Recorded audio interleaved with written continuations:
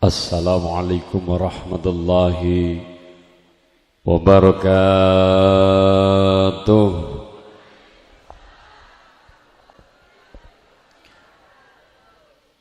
Bismillah, alhamdulillah.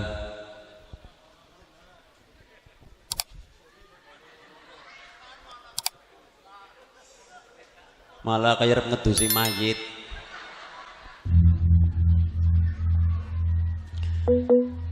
Bismillah, alhamdulillah.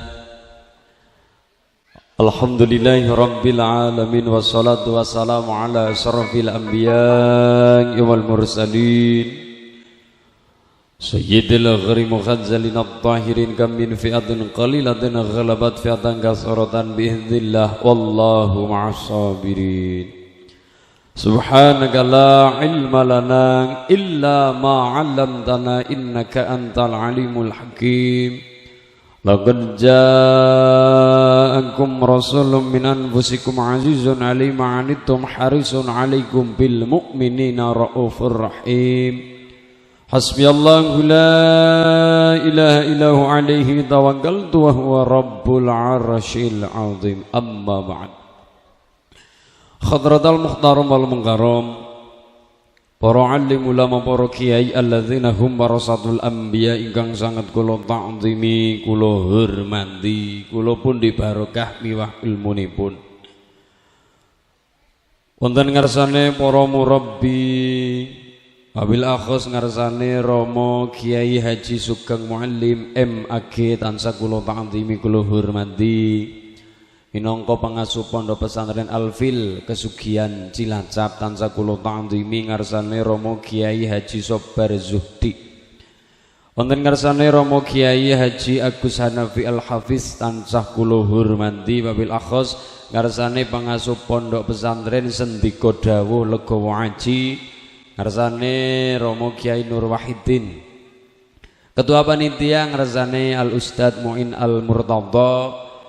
Ngarsane Kepala Desa Mergawati nggih panggih. Ngarsane Bapak Agus Riswanto. Tansah kula hormati sedaya perangkatipun, pamong prajanipun tansah kula hormati. Sedaya para santriwan santriwati tansah kula hormati. Jajaran saking Ranting Mergawati, saking Dewan Mustasyar Suriah Tanfidiyah, Ibu Muslimat Fatayat GP Ansor Banser, nomor dene saking Pager Nusa yang saya hormati. Para rawuh, bapak-bapak, ibu-ibu, hadirin hadirah rahimakumullah. Allahumma monggo sareng-sareng kula dherekaken menekung puji ngarsa dalem Allah Subhanahu wa taala tansah paring pangalembono tahmid sesarengan bi qaulina alhamdulillahi rabbil. Salawat salam semoga tercurah kepada baginda Kanjeng Rasul Muhammad sallallahu alaihi wasallam ingkang kita sedaya antu syafaat pertolongan benjang wonten yaumil qiyamah. Amin Allahumma ya rabbal. Alhamdulillah wau ketika kula mangkat dugi mriki lokasi kula tetep patuh terhadap prokes. Protokol kesehatan tetap menggunakan 5M. Masker, medang, madang barang, alhamdulillah. Wau tetap ngangge masker, kula matur temenan ngene iki dasar mawon. Bahwa neng Mergawati neng Kruyak atau Nusa Wung atau mau sekalian nun sewu kabeh wis ana lan diparingi tanda-tanda bahwa kula jenengan umure wis perek karo Gusti Allah.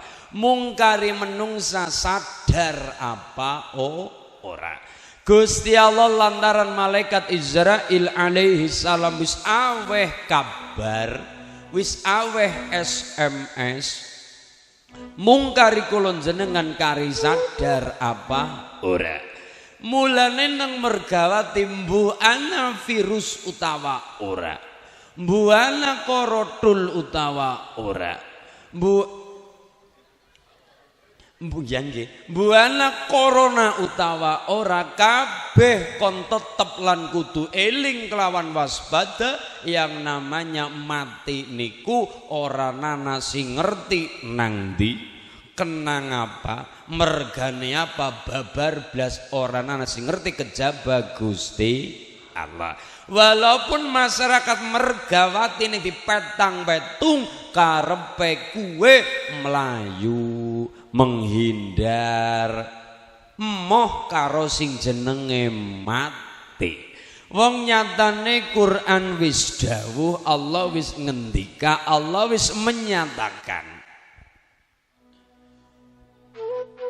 Qul innal mauta alladzi tafirruna minhu fa innahu mulaqikum thumma turadduna ila alimil ghaibi wasyahadati fayunabbi'ukum bima kuntum ta'malun.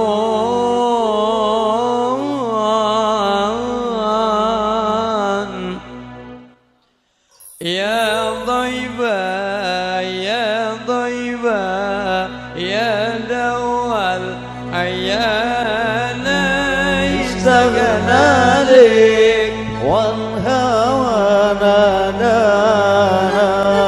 wal hawa nadana wal hawa nadana.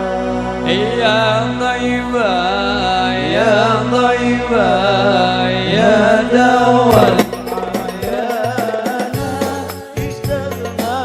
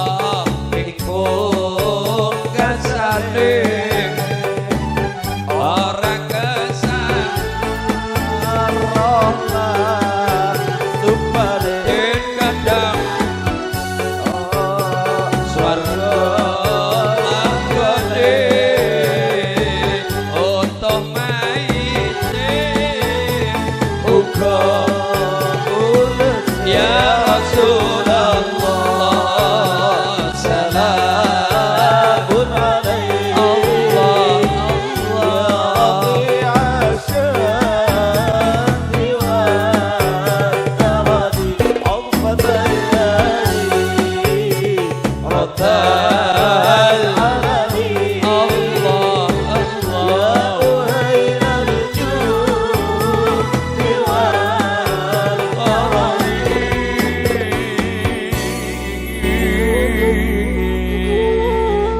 Quran ora goro, Quran wis dawuh. Qul innal mauta alladzi tafirruna minhu fa innahu mulaqikum thumma turadduna ila alimil ghaibi wasyahadati fayunabbi'ukum bima kuntum ta'malun.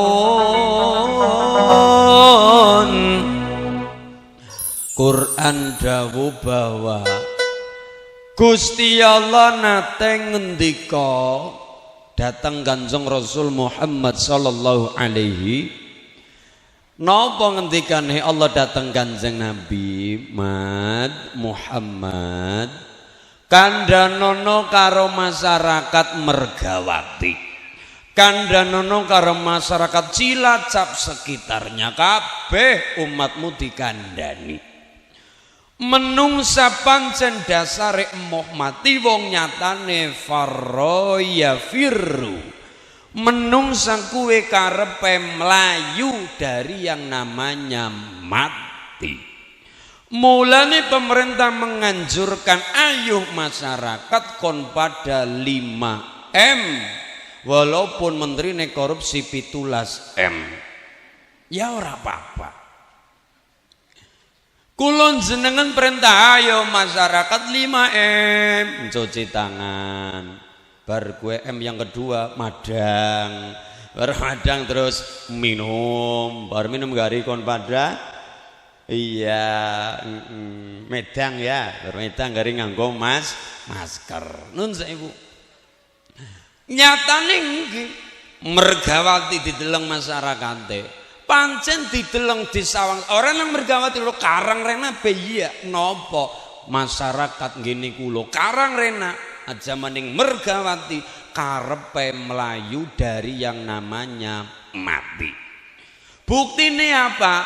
Buktine ibu bapak sirahe nut-nut dan sirahe cekot-cekot anake diperintah nganadol tuku bodrek.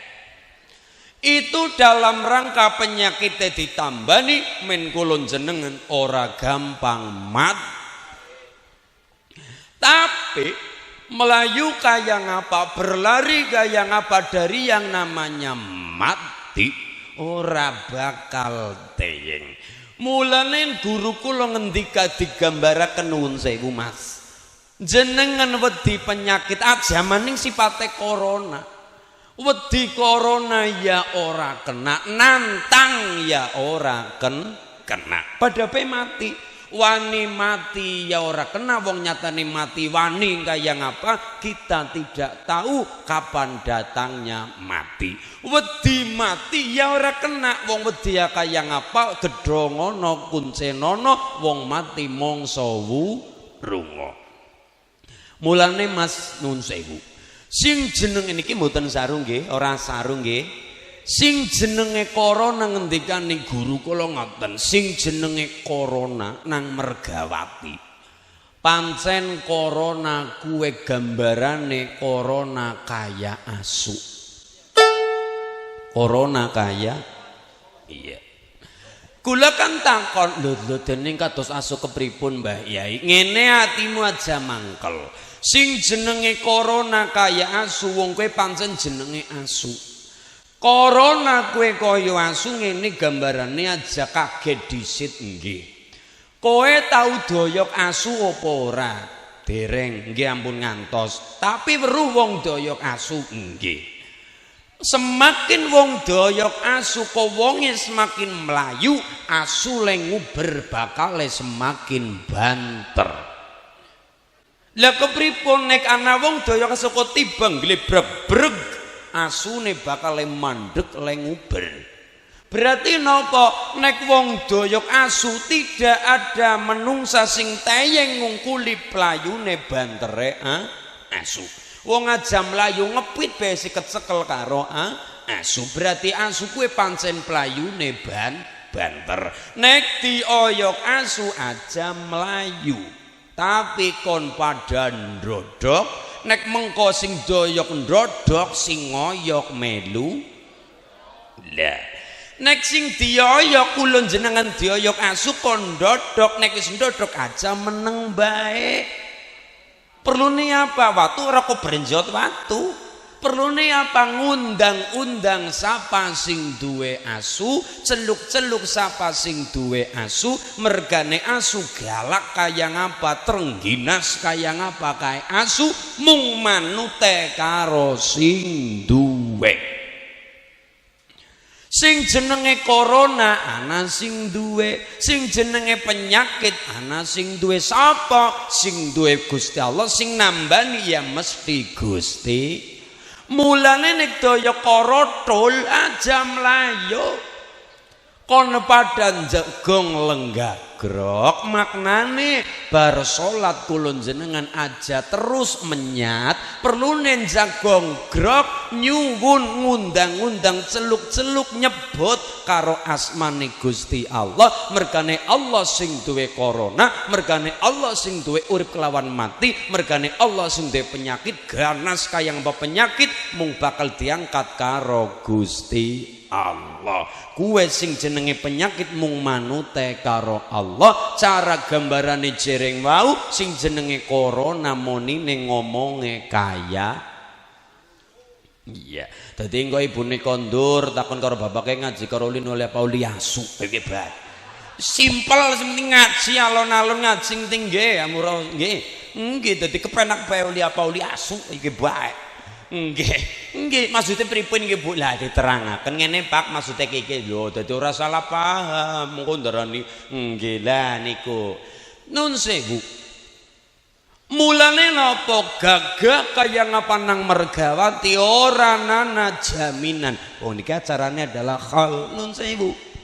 Kon pada kelingan kelawan mati. Mulane sing pertama kula jenengan bersyukur. Bersyukur ngapa Mas? Bersyukur nang mergawati detik ini masih diberi kesempatan niki nyawa sinang raga kula jenengan. Wong nyatane ketika menungsa wis sumpek mikiri ngalam dunya akeh kasuse, akeh masalahe, wis banget ing bunek pikiran.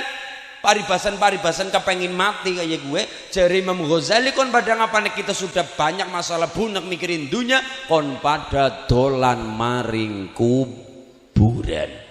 Yakinlah kae menungsa seake-ake majid nang kuburan kepengine mung siji apa? Kepengin balik maning nang alam dunya, dandani ngamal, dandani salat niku sing urung rampung nang alam dunya.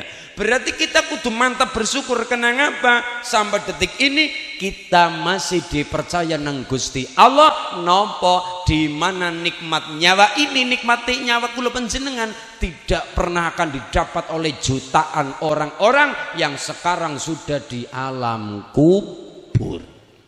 Mulane temenanan bahwa kula jenengan bersyukur bareng-bareng nyawa ora mawi nyewa. Alhamdulillahi rabbil. Dadi menungso aja anggang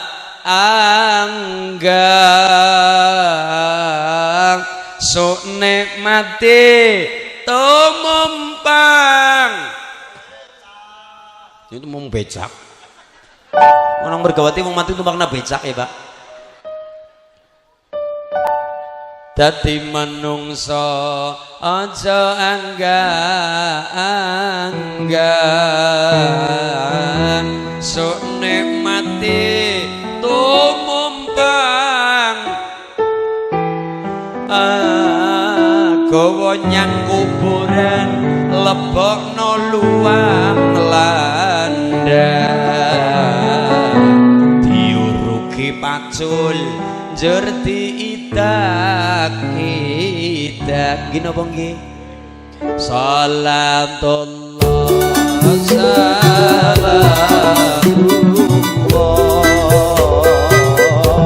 ala Taha Rasulillah salatullah salamullah ala yasin habibillah Kumbakarna gambare wayang Gatut kanca iso mabur dadi menungsa aja lali sembayang kersane makmur nganti alam kubur Allahumma salatullah salamullah ala ya Rasulillah salatullah salamullah ala yasin habibillah ala yasin mulane perkara urip kelawan mati nyatane kula jenengan ora kena wedi mati ya ora nantang ya ora pareng nantang lawan mati wong diparingi urip alhamdulillah paringi mati nggih alhamdulillah wong nyatane kula jenengan wis pasrah karo Allah kapan Allahu akbar inna salati wa nusuki wa mahyaya wa mamati lillahi rabbil alamin inna salati sak temene salat ingsun wa nusuki ibadah ingsun wa mahyaya uripe ingsun wa mamati pati ingsun nggo sapa orang nggo sapa-sapa nggo sinten Bu lillahi rabbil mulane kabeh-kabeh wis diparingi tanda-tanda mungkari sadar apa ora sing esi nom-nom kula Mas Amor esi nom-nom sampun nikah dereng Mas oh dereng kula Mas Amor ya Allah esi nom tapi ora kena sombong nembe 21 tahun iki kula ora kena sombong sing nom mati keri ya kena sing tua mati dhisik ya monggo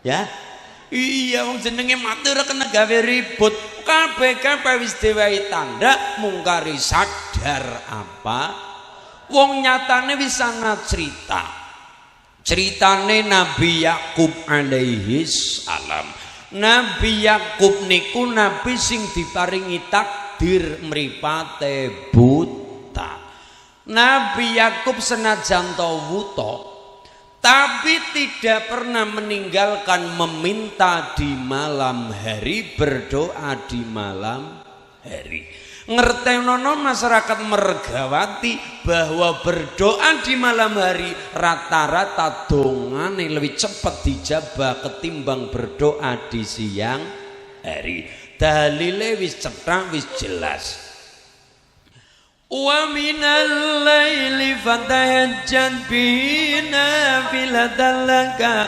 asam ba'athaka rabbuka maqaman mahmuda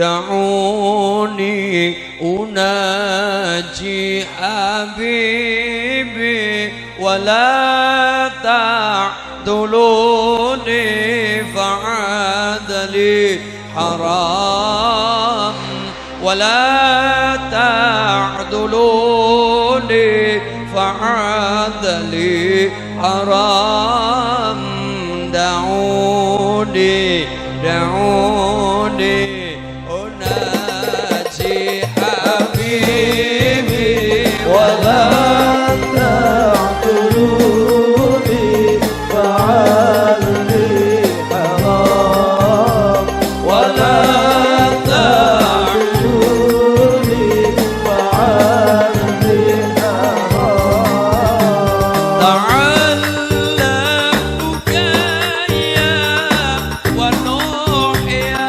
حمام تعلمك يا ونوح يا حمام وكنت عن سجودي دروس الغرام وكنت عن سجودي دروس الغرام صلي وسلم دائما على أحمد صلي وسلم دائما على أحمد والآل والأصحاب من قد وعدا والآل والأصحاب من قد وعدا lamun para kulon padha sregep syukur insyaallah rezeki tambah sempulur lamun tulon padha sregep syukur insyaallah barokah kelawan umur lamun tulur padha sregep syukur insyaallah mergawati dadi tambah makmur salih وسلم دائما على أحمد صلي وسلم دائما على أحمد والآل والأرحام بمن قد وعدا والآل والأرحام بمن قد وعدا mulai tulur ojo ngecio ben supaya uripe tansah narema mulai tulur ojo ngecio ben supaya uripe tansah narima kanthi rasa ikhlas ninggalke perkara kang dosa dipentang mulya dunya lan akhirat kita sedaya salli wa sallim دائما على أحمد صلي وسلم دائما على أحمد والآل والأصحاب بمن قد وعدا والآل والأصحاب بمن قد وعدا ومن الليل فتهجد به نافلة لك عسى أن يبعثك ربك مقاما محمودا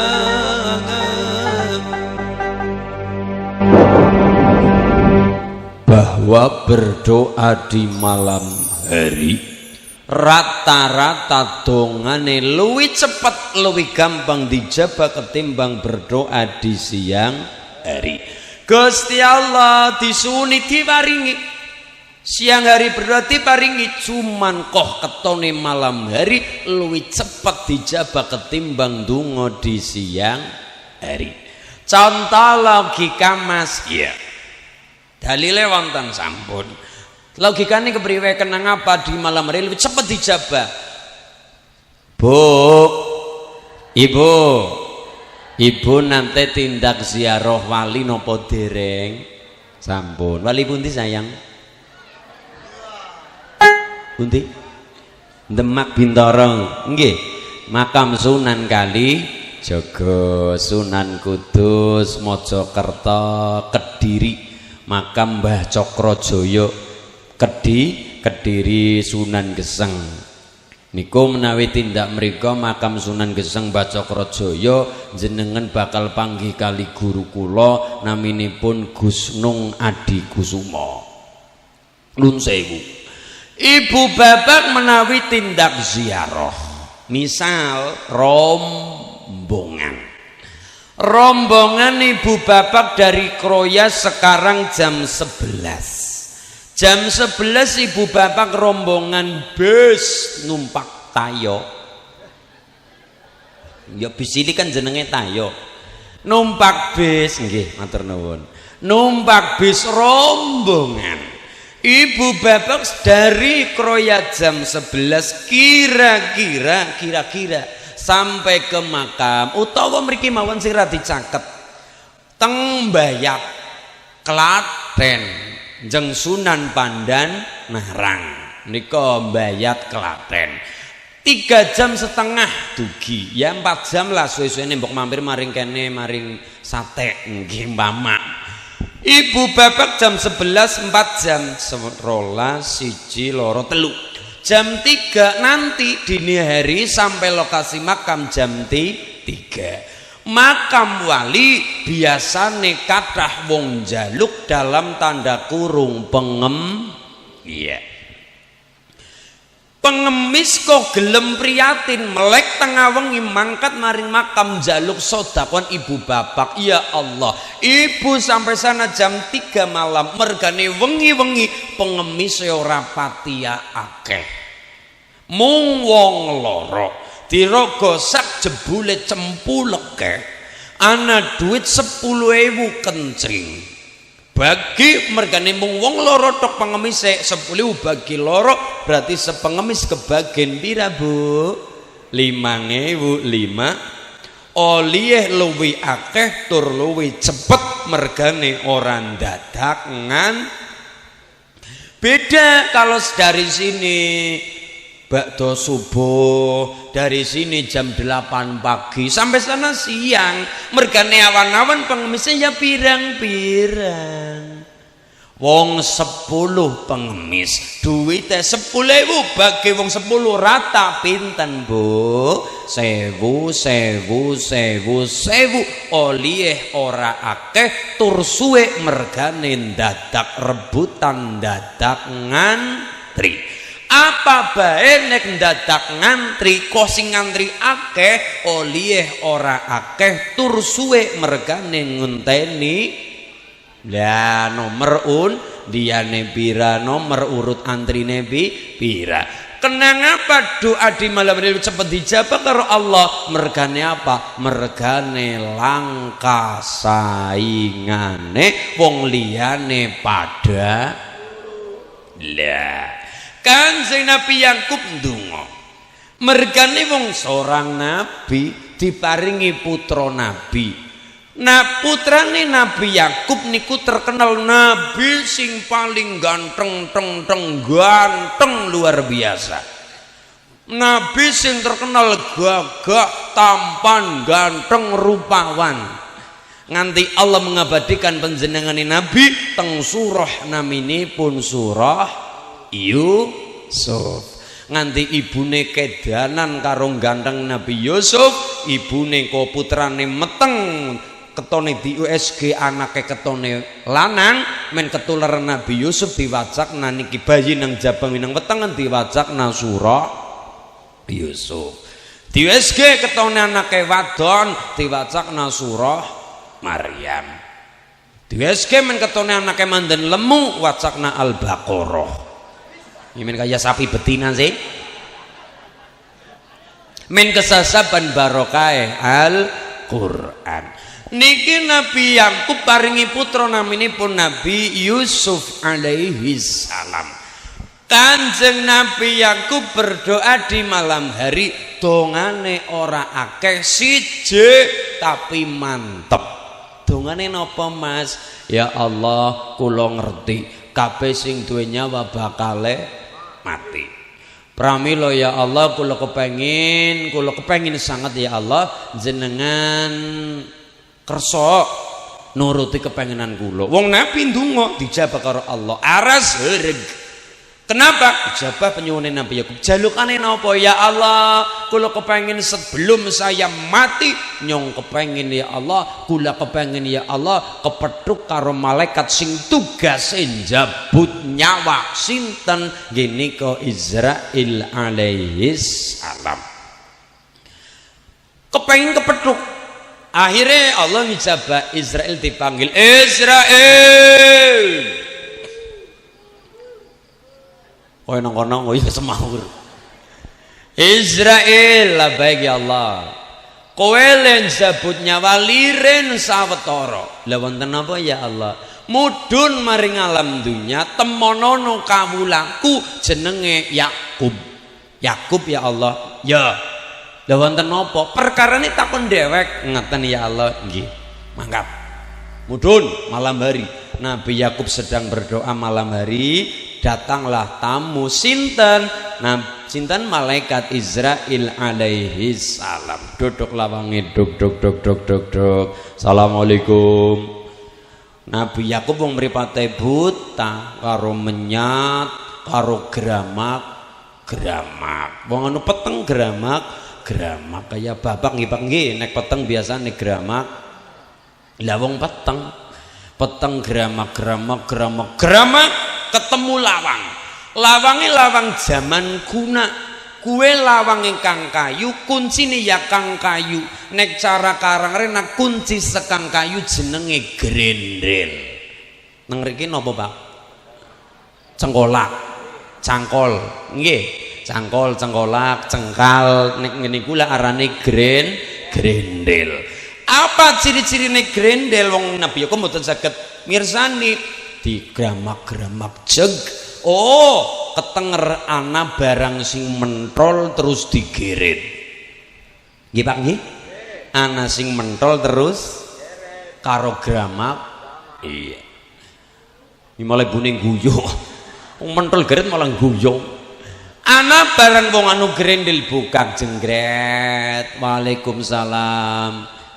Takon maninte ya sayyidi, panjenengan sinten kisanak cara Jawa. Ana ya Nabi Allah, kula duh Kanjeng Nabi. Naam ya, kowe sapa? Ana malakul maut ismi Israil alaihi salam. Kula niki malaikat maut jenenge kula Israil alaihi salam. Marhaban ya habibi ya akhi. Monggo pinarak lenggah kuwi ana. Berbren kue anak aku nacap kaki 3. Kanjeng Nabi kula niki malaikat ora kaya potongane sampean. Ngoten berarti jenengan boten darora, boten ngunjuk ora, boten men bojo ora kaya sifate menung sakniku wujude malaikat. Caket mawon Kanjeng Nabi, nggih pinarak lenggah. Malaikat takon, Kanjeng Nabi, nggih. Napa leres jenengan kepengin batu kali kula? Leres. Lah wonten napa? Nun sewu malaikat jenengan teksengi rembugan PKPK Naten. Iya. Kula napa leres jenengan sing jenenge Israil. Bener. Tugasnya njabut nyawa leres. Kula kepengin Israil nggih Kanjeng Nabi, sebelum jenengan jabut nyawa kula jenengan minimal awe kabar kali kula. Minimal awe kabar, minimal WA utawane SMS. Kersane napa Kanjeng Nabi? Ben kula sedurung mati kula ada persiapan. Namung ngoten napa Kanjeng Nabi? Idah itu saja. Pun kula tak wangsul monggo kondur. Let 3 tahun dari peristiwa itu Nabi Yakub mengalami gerah sakit parah. Cara bahasane Mbah Kiai nopo waqad saqqa alaihil marad, sakit parah. Teng pundi tempat tidur jejeren ingkang putra naminipun Nabi Yusuf alaihi salam. Cara bocah siki ya wong tua pijeti Pak, sing sehat ya Pak, sing waras bisa ngomong anak putu ya Pak, karo pijeti tangane. Cara laris-laris niki nggih diwaosaken napa nek bapak sampun sakit, waosaken napa Mas? Surah Bismillahirrahmanirrahim. Wa man yana'udhu alladhi fadarani wa ilayhi tar a'attaidu min dunihi alihatan iyuridni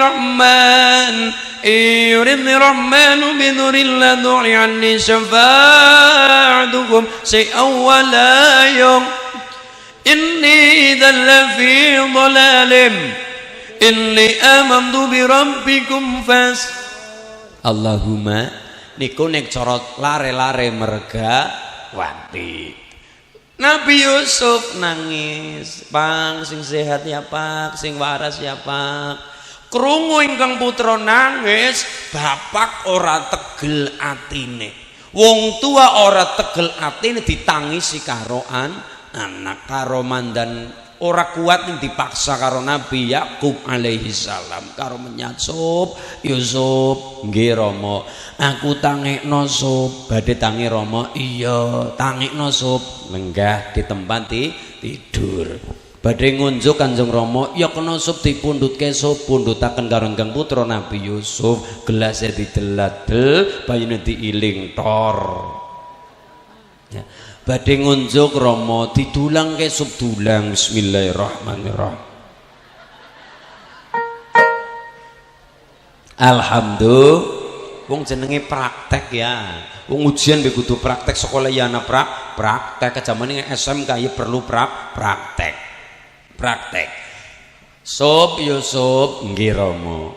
Kowe ora usah nangis. Arep bapak wis mriyange kaya ke mung karo balung karo kulit ning umure bapak sidawa lho kok ngertos Rama lho 3 tahun kepungkur bapak wis ceodean karo Israil alaihi salam ya bener ya bahasane ya ceodean karo Israil alaihi salam. Israil tak janjeni sebelum Israil jabut nyawaku Israil kon awe kabar kon aweh SMS seprene urung ana klunting WA mergane urung ana kabar apa-apa nyawaku esi dawa ngoten Rama iya mulane kok sing santuy sing santai umure bapak kasih dawa iki tenang baik ngoten Rama iya ujug-ujug ana tamu langsung tang sandinge Nabi Yakub sinten tamu niki tamu agung naminipun Israil alaihi salam.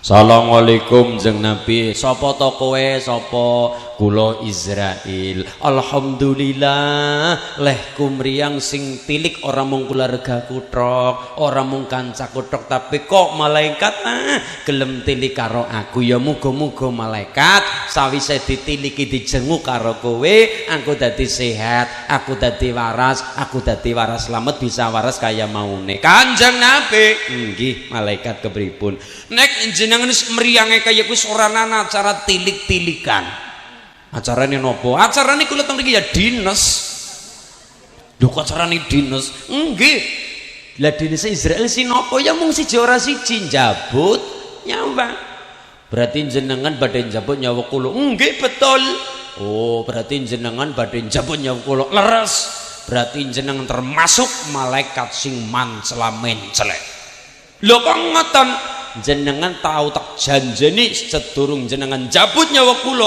jenengan aweh kabar urungan kabar apa-apa badan jabut berarti jenengan malaikat tapi goroh malaikat kok ngelombok padahal Allah dawuh menyatakan nopo la ya'sunallaha ma amarahum wa yaf'aluna ma yu'marun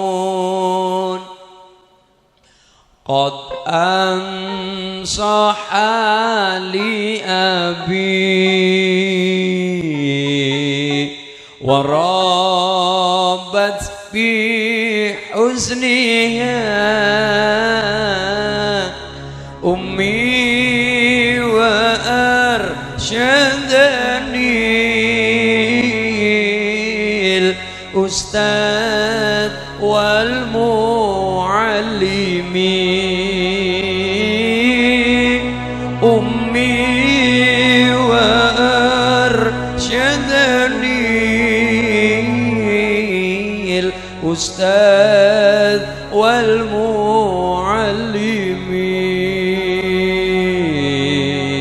يا ربي صل على حبيبك المصطفى والآل أهل الوفاء والأربع الخلفاء والآل أهل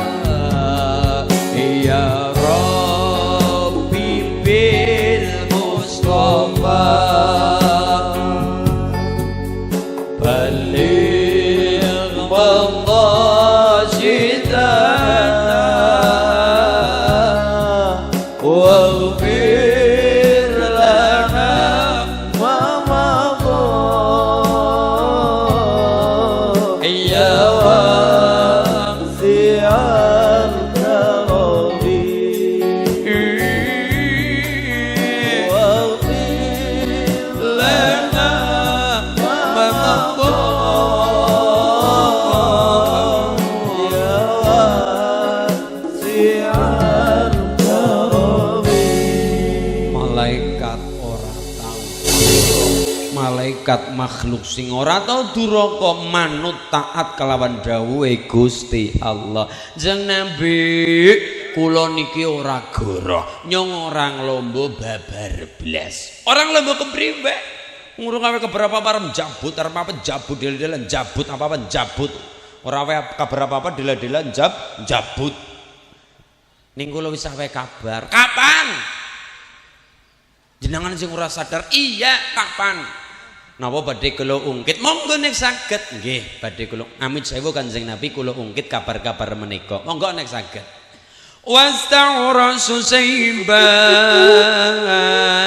Rambut kula jenengan adalah digawe putih itu tanda-tanda kon pada mikir umure wis bareng karo Gusti Allah. Untu wis mulai ambrol, kuping wis mulai budeg, mripat mulai, sikil mulai pengkrang dan sebagainya. Kue tanda-tanda umure perkara Allah wis ngaya kue ngerti tanda-tanda kon pada persiapan men selamat uripe selamat matine. Allahumma mulane kula jenengan kon pada paham kepengin mulia mergawati yang pertama wau kon pada asyukru ala nikmat, kon pada seneng syukur kelawan nikmate Allah. Kaping pindho barokahe pondok pesantren Sendika Dawuh Legawa Aji ini mencetak generasi yang hebat, generasi sing kepriwe ayakuna auladu abroron, kon pada duwe anak sing abror, sing kepriwe sing bagus.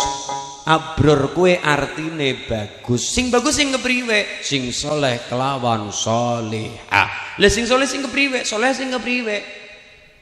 Kang aran soleh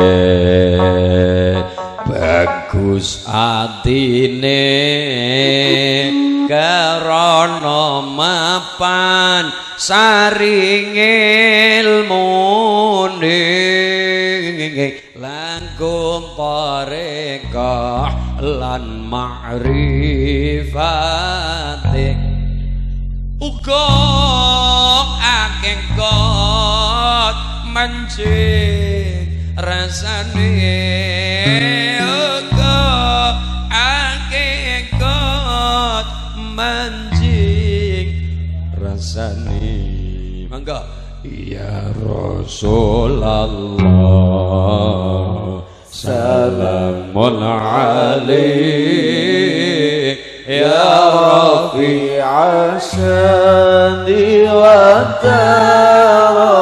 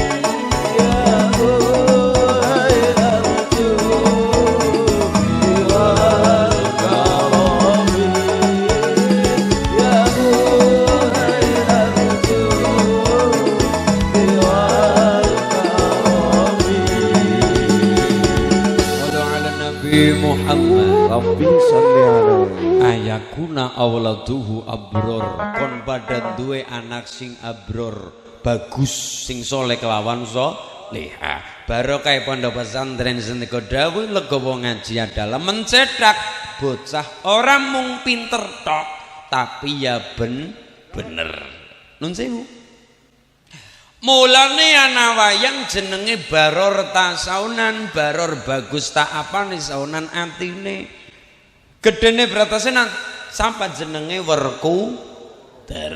Werkudara warka udauron warka uruku asapa sira dauron muteran pedhot sembayang aja pedhot wong sembayang kudu ana bekase Werkudara jenenge bratasena bagus atine bekase wong sembayang adalah bagus kelawan atine wong sing bagus atine ana implementasine adalah apa bagus lesane deleng wayang bratasena deleng wayang Werkudara deleng wayang Jagal Bilowo gede dhuwur gagah tapi suarane apik suarane alus walaupun ora taing basa mengedepankan akhlak tata krama walaupun ora basa tundang ibune ya apik tundang nang durna ya apik jawabane orang gentak orang ngapa-ngapa Raden Werkudara Ratasena ya Jagal Bilowo ya putut ujung kiring kula iya aku Bratasena ya Senatanaya ya Pandhu putra ya Jagal Bilowo ya padha puja giri Kanjeng Ibu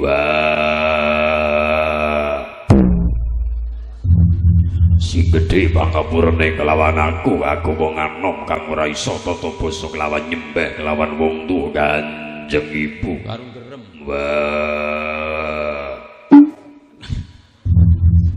niku beda karo Janaka lha nek Werkudara kan gede dhuwur gagah lho suarane ya gandem Janaka Raden Arjuna ya Bu ya bocah cilik gering dhuwur ya mandan putih ya gondrong barang ya cahe niku Raden Janaka iki suarane ya apik Janaka kula wonten adhawuh sabda pangandika Kanjeng Ibu ingkang putra Punarjuna nggih Dananjaya kepenak rungokna Nggih, bocahe cilik gering dhuwur.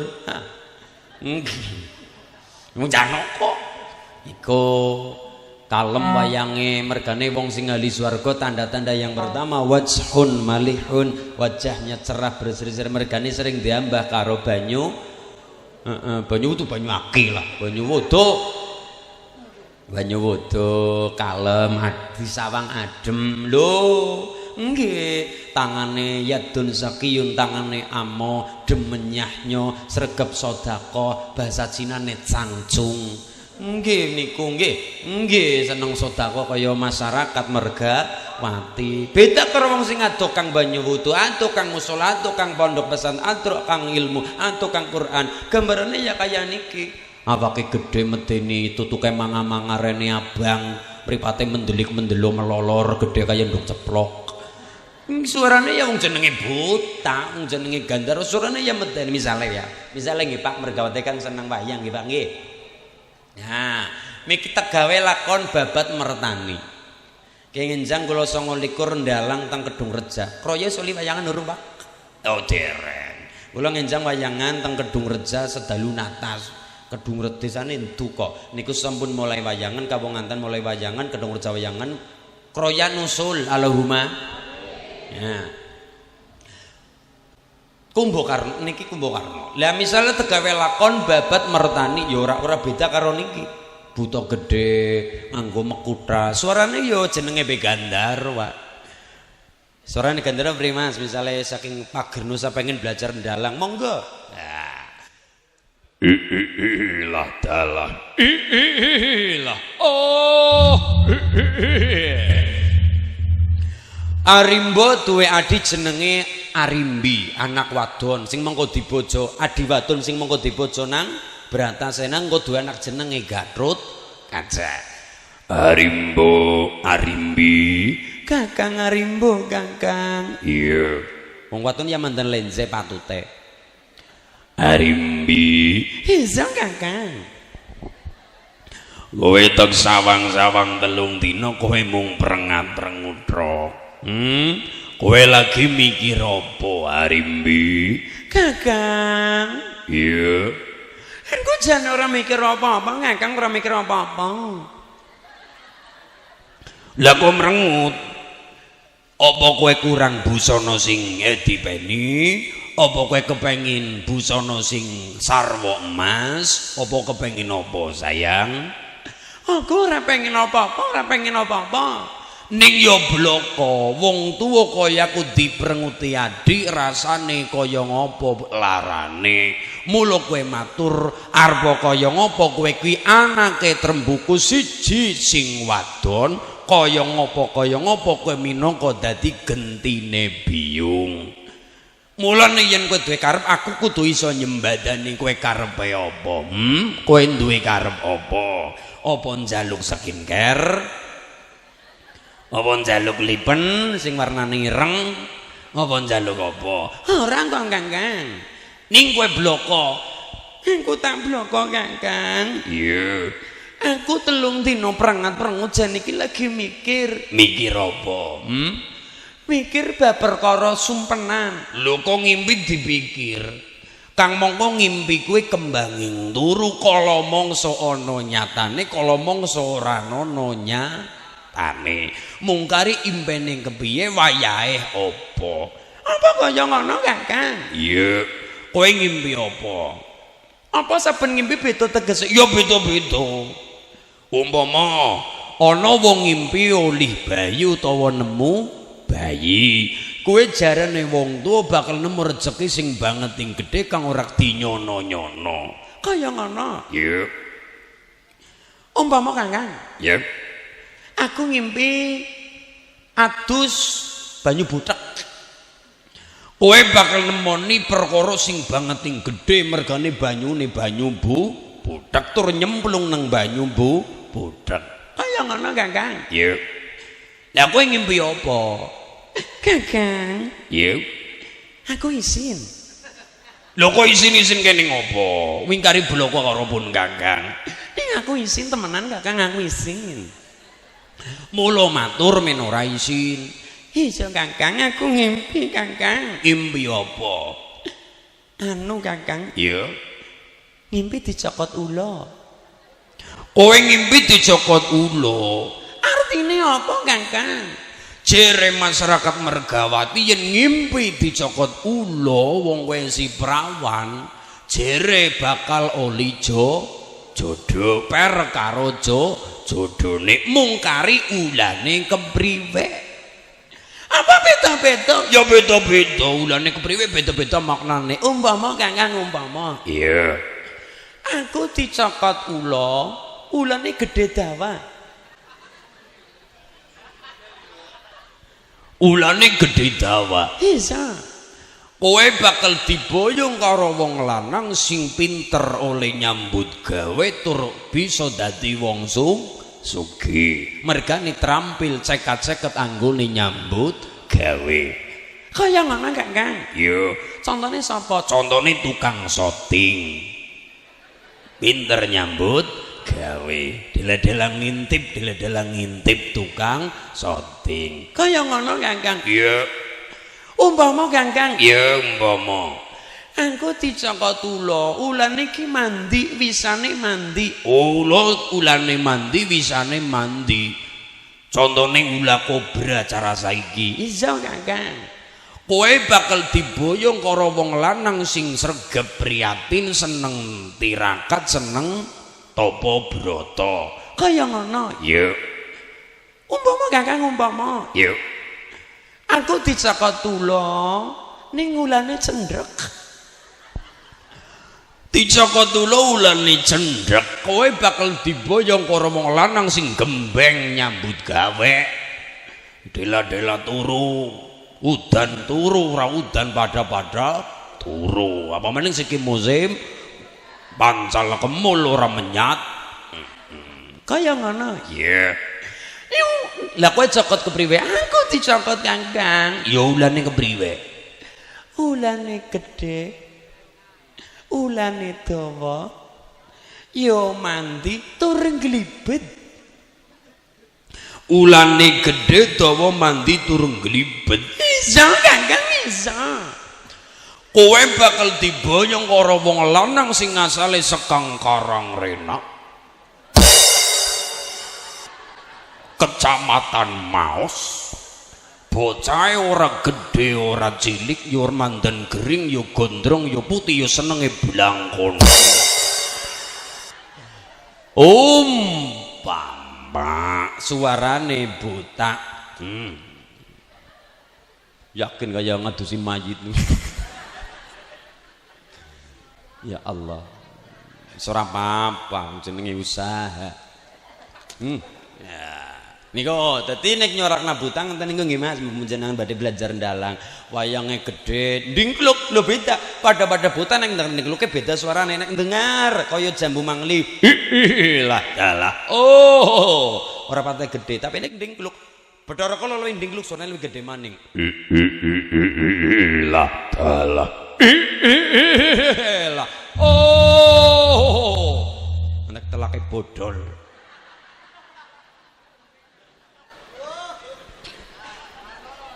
Ya, nggih. Ki urung sewengi-sewengi kaya apa bodole. Ngantek esok lakon. Nah, ya kan? Mulane baror bagus. Kaya Raden Werkudara lesane apik, tata kramane jos mantep. Mulane bocah ora mung pinter tok, tapi ya bocah bener, pinter pinter kaya lare-lare wonten ing Sendika Daulaga ngaji wonten ing Mergawati Sakukuban. Allahumma lah, terutama ke mas-mas santri lho, bocah sing soleh solihah tercetak oleh keluarga yang sakinah mawaddah warahmah. Lah keluarga yang samawa ini hanya dicetak oleh 2 orang, suami karo, terutama wong lanang, wong presiden rumah tangga wong lanang. Wong lanang gede priatine kaya wau ulane wisane mandi gede dawa, seneng priatin. Wamina laile wau kula aturaken napa cara lagune santri yo ketika bakal cari bojo nggolet garwa yo sing temenanan anggone priatin nyuwun karo Gusti, tembangane ya anak ku cari teman hidup yang sejati sampai sekarang belum juga ku jumpai. Ku ingin menikah cukup hanya sekali, rukun bahagia sampai anak cucu nanti.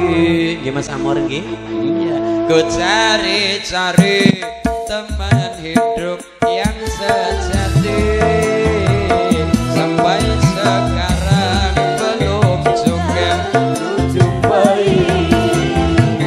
Ku ingin menikah cukup hanya sekali, rukun bahagia sampai anak cucu nanti. Wong lanang golek bojong golek apa banyu napa bae gedhe priyatine, terutama bau seneng donga di malam hari. Wong lanang jalukane apa karo Allah? Di dalam doa malamku engku selalu memohon semoga nanti jodohku dia yang sayang padaku. Soal miskin atau kaya bagiku tiada problema, yang penting dia setia, beriman serta hasilnya apa gelem tak hajut. Kini telah ku dapati seorang teman sejati, dia cantik luhur budi, putri seorang bupati.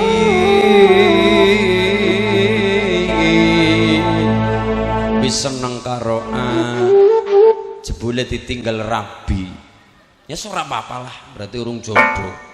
Cara santri ya ana lagune Mas Amor, ana lagune. Sayang kisahku dengannya,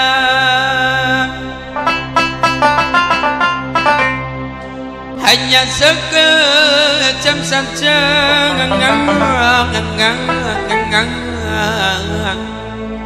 Dia menikah dengan kekasih barunya, walau harus menderita, namun ku tetap berdoa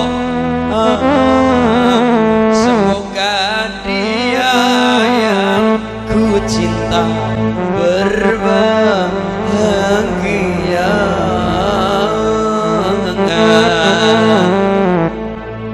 Sing gagal dalam cinta versi santri-santri wonten ing Sendika Dawuh Legawa Aji. Lah nek cara nyong beda maning. Nek nyong patah hati misal,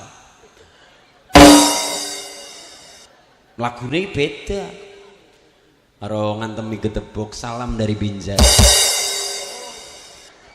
Mangkel sih daripada ngantemi ku ngantemi gedebok. Iya, lagune hari demi hari yang kita lalui, selalu ku ingat dan selalu terbayang selama-lamanya. Impian harapan bersama denganmu, ini semua hilang.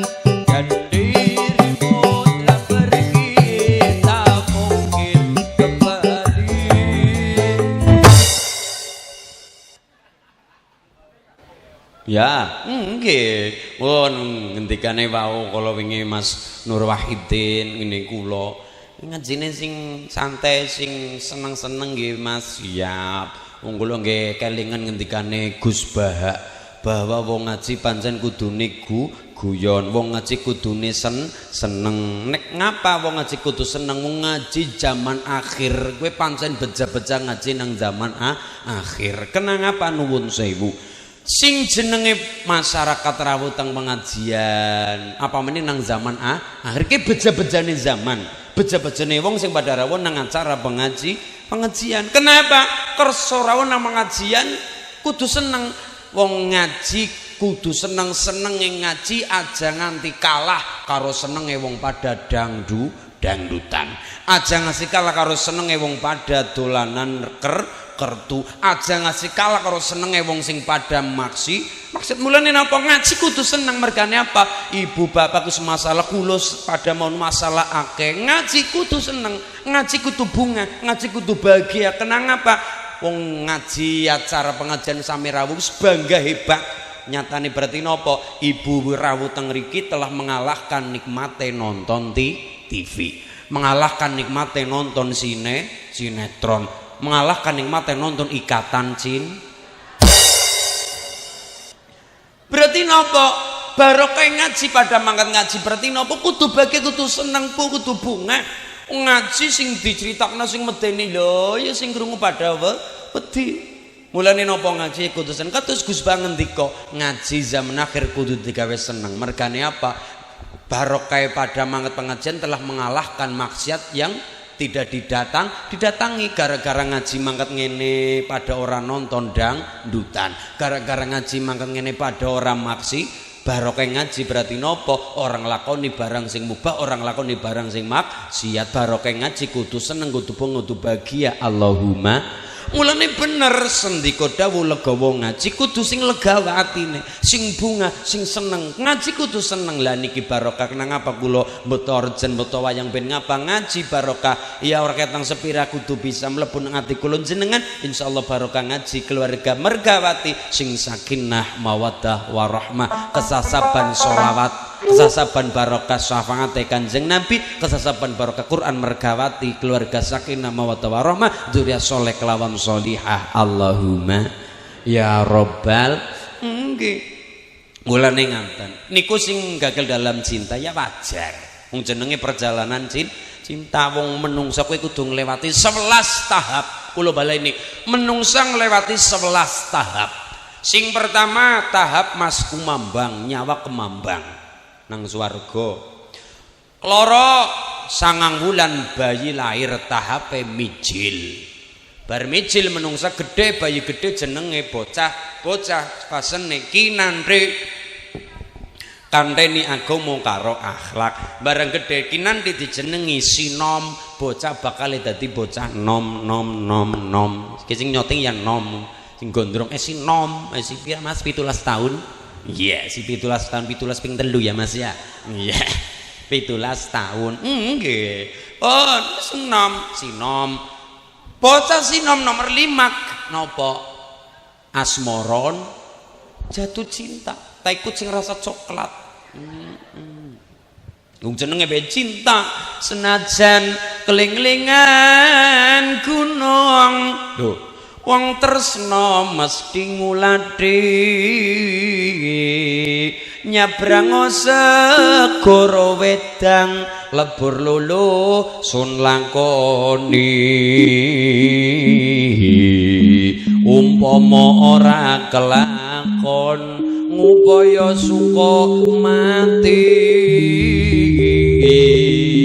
Cara bagina kinandri panglipur wuyung renggane prawan suntik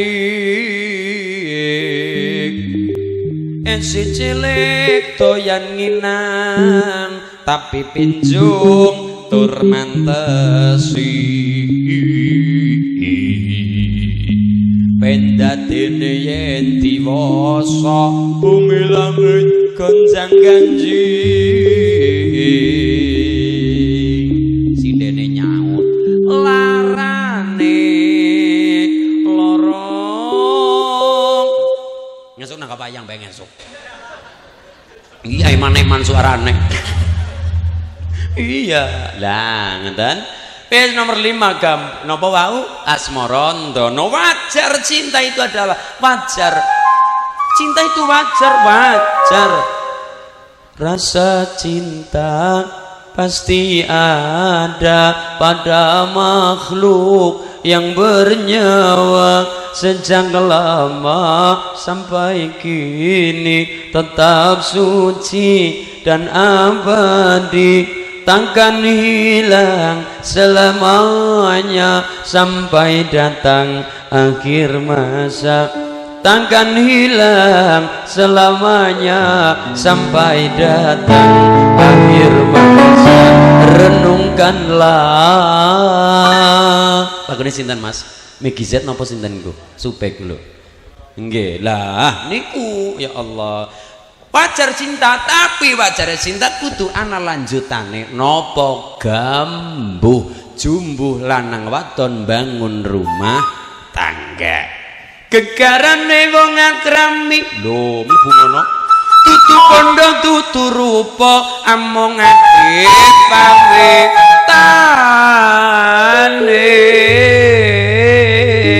Lanang wadon nikah, wis bar nikah kudu persiapan, bar nikah arep ana lagu jenenge Dandang Gula. Dandang kue pahit, gula kue legi. Wong bar bojo bener-bener merasakan manis banyak kehidupan yang sesungguhnya. Mergane bareng bojo wis ora bujang ora perawan, wis duwe bojo wis ora mikiri sapa-sapa, mikiri wetenge dek ya mikiri wetenge bojo ya mikiri wetenge anak. Anak kencut ya kencut bareng ya bareng merasakan nikmatnya yang sesungguhnya di dalam rumah tangga setelah nikah. Dandang gula pahit kayak apa rumah tangga, legi kayak apa dalam berkeluarga, kudu tetap durma mendarmakan harta benda ilmu. Khairun nas anfa'uhum linas. apik-apike menungsa sing kepriwe sing bermanfaat bagi orang banyak kaya masyarakat Mergawati. Allahumma berlakune apa wau dandang gula bardang gula durma ngati-ati. Menungsa kudu ana hasile. Mergane apa? Menungsa mengko maring lagune pangkur mungkur balik. Sing mone nom gagah bakale tua, sing mone putih bakale ora putih bakale kulite ya, sing mone kenceng, sing mone apik kendor pipine wis mulai kendor, kulite wis mulai ya kisut. Iya, pun pada sadar untuk zamane sinom niki ya Allah sinom nggo nyukot watu-watune pecah, siki barang tua nggo nyukot apem untune copot. Pikun pada mikir, oh iya ya, kenikmate Allah tambah tua, tambah disuda karo Gusti Allah. Kon pada mikir kepada fafirru ma ilallah, kon pada balik ngarsane Gusti Allah. Mergane apa nek ora balik bahaya, balik maring Allah. Mergane menungsa bakal mlebu maring laku selanjutnya jenenge megat ruh. Megat kue copot lepas ruh kue nyawa, copot nyawa kang raga mati barang geletak dadi batang buntel mori lebok nalawang cut. Lagune jenenge pocong, dadi pocong dipocong buntel mori mlebu lawang ciut. Melone wong tua dijenengi buyut, siap-siap mlebu lawang. Iya jenengi buyut, siap-siap mlebu lawang ciut.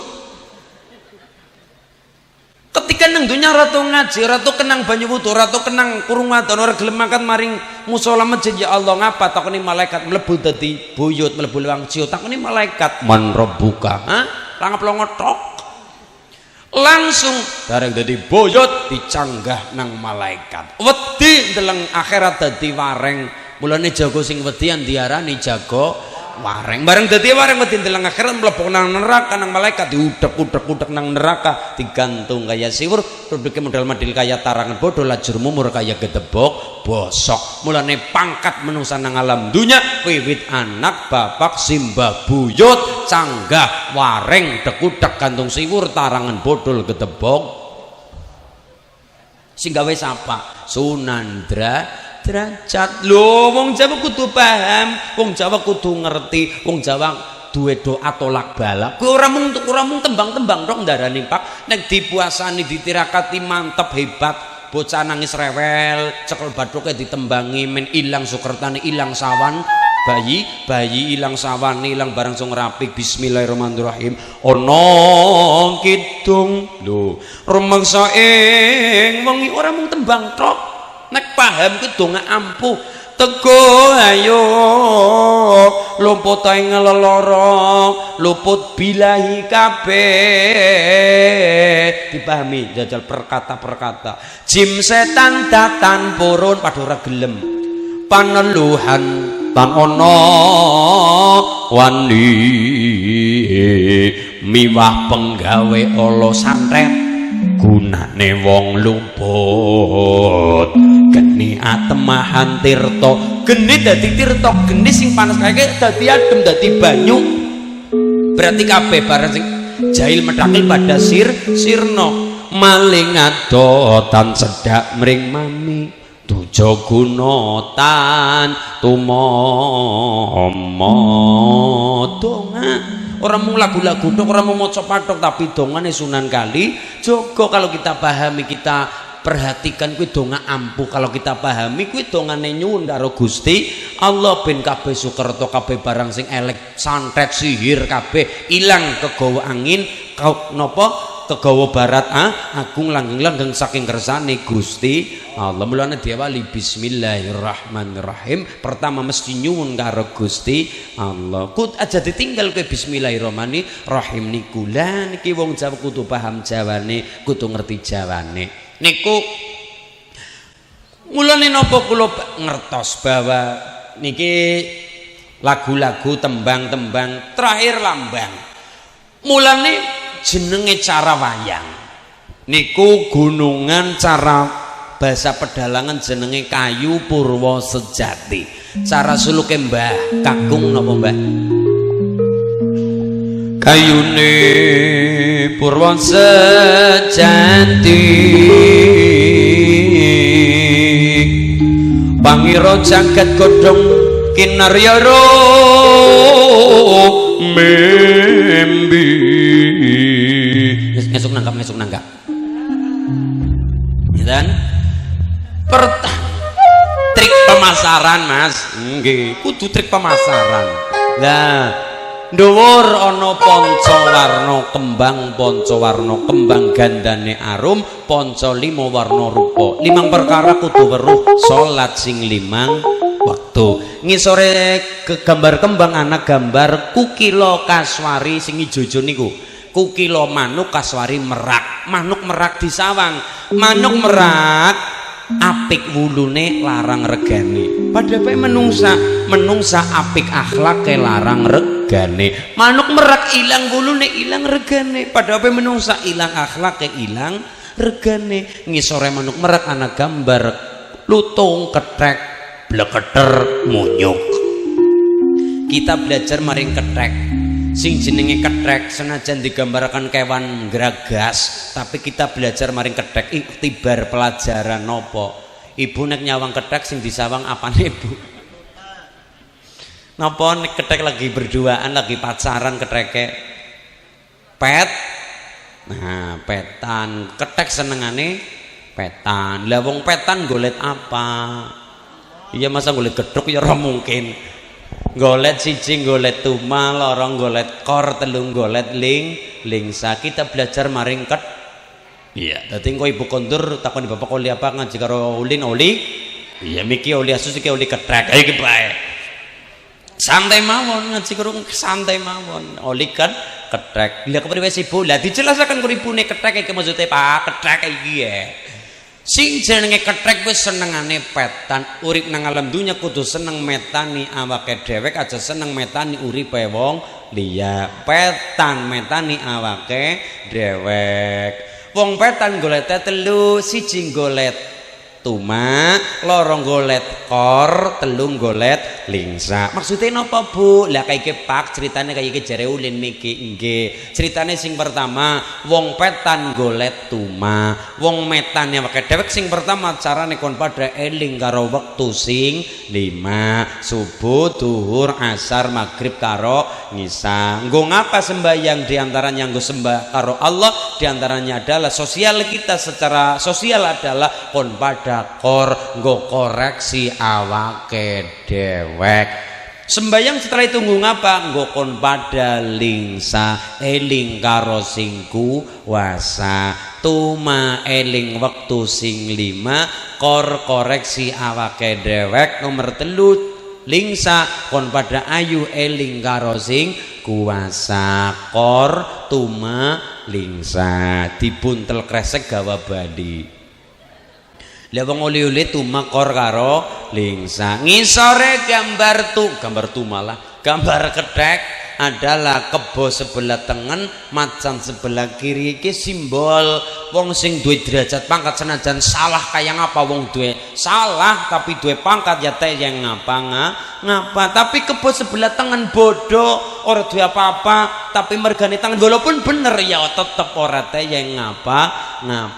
Menung mulane ngisore ana naga loro kanan kiri, simbole bener karo luput. Menungsa kudu mampu membedakan. Zaman sekarang wis ora bisa membedakan, kabeh samar-samar. Wong kadang kala minyak kelapa botole cap babi, minyak babi botole cap kelapa, wis orang gena zaman siki. Mulane kudu membedakan di bener luput. Mergana panik orteng membedakan, kita bakal mati. Wong mati diadang ditekani malaikat loro gawa gada mungkar kelawan nakir. Takoni man rebuka kaya morteng semaur, langsung digeletak nang neraka jahanam. Cara wayange kawa condro di muka. Barokah ngaji kita pada eling kelawan waspada, barokah ngaji kita kenal karo Quran, barokah ngaji kita pada seneng solawatan.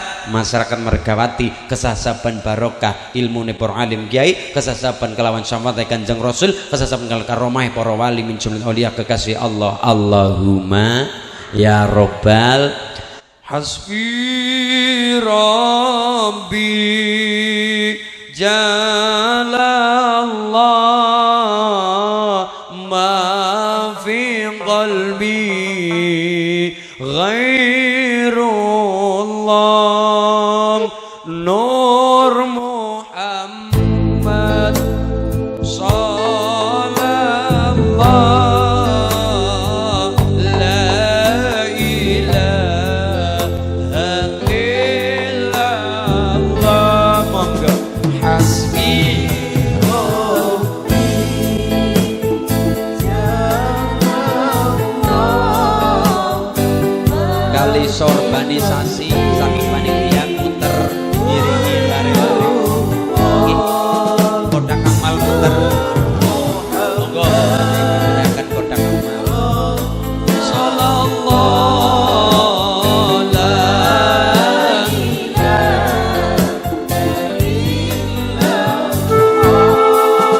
hasbi. Monggo saking panitia lari-lari monggo dikirakan kodak.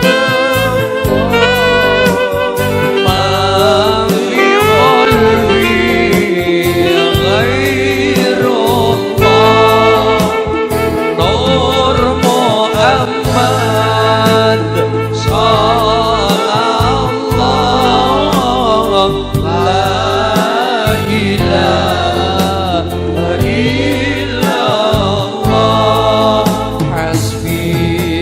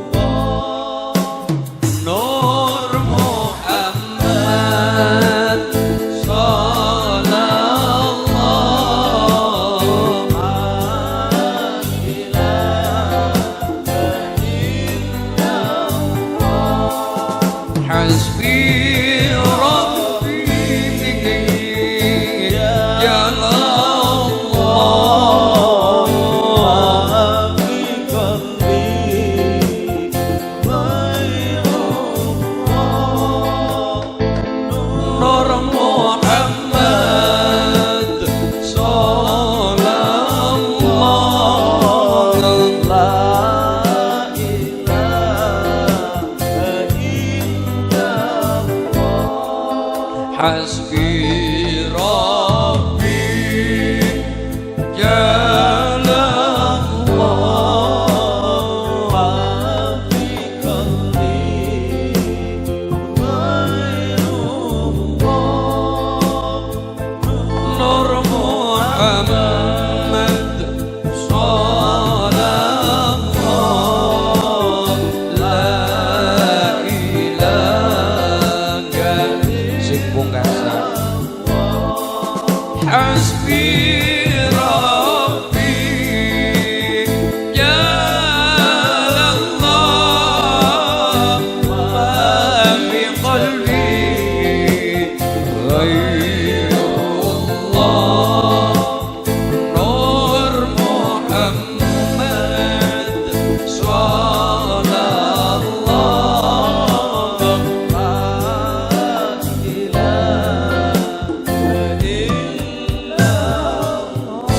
Bibarakatil Fatihah. A'udzu billahi minasyaitonir rajim. Bismillahirrahmanirrahim. Alhamdulillahi rabbil alamin. Arrahmanir rahim. Maliki yaumiddin. Iyyaka na'budu wa iyyaka nasta'in. Ihdinas siratal mustaqim. Siratal ladzina an'amta 'alaihim ghairil maghdubi 'alaihim waladdallin. Amin. Laqad ja'akum rasulun min anfusikum 'azizun 'alaihi ma 'anittum harisun 'alaikum bil mu'minina raufur rahim. Hasbiyallahu la ilaha illa huwa 'alaihi tawakkaltu wa huwa rabbul 'arsyil 'azim. Walhamdulillahi rabbil Toyo kelepatan kula ngrasani Bapak Kyai Nur Wahidin kula bari besaripun wonten ing sedika dawuh kula ngajitan kula hormatil pangapunten mugi tansah barokah. Allahumma Tarnawan wallahul muwaffiq ila aqwamit thoriq. Assalamualaikum warahmatullahi wabarakatuh.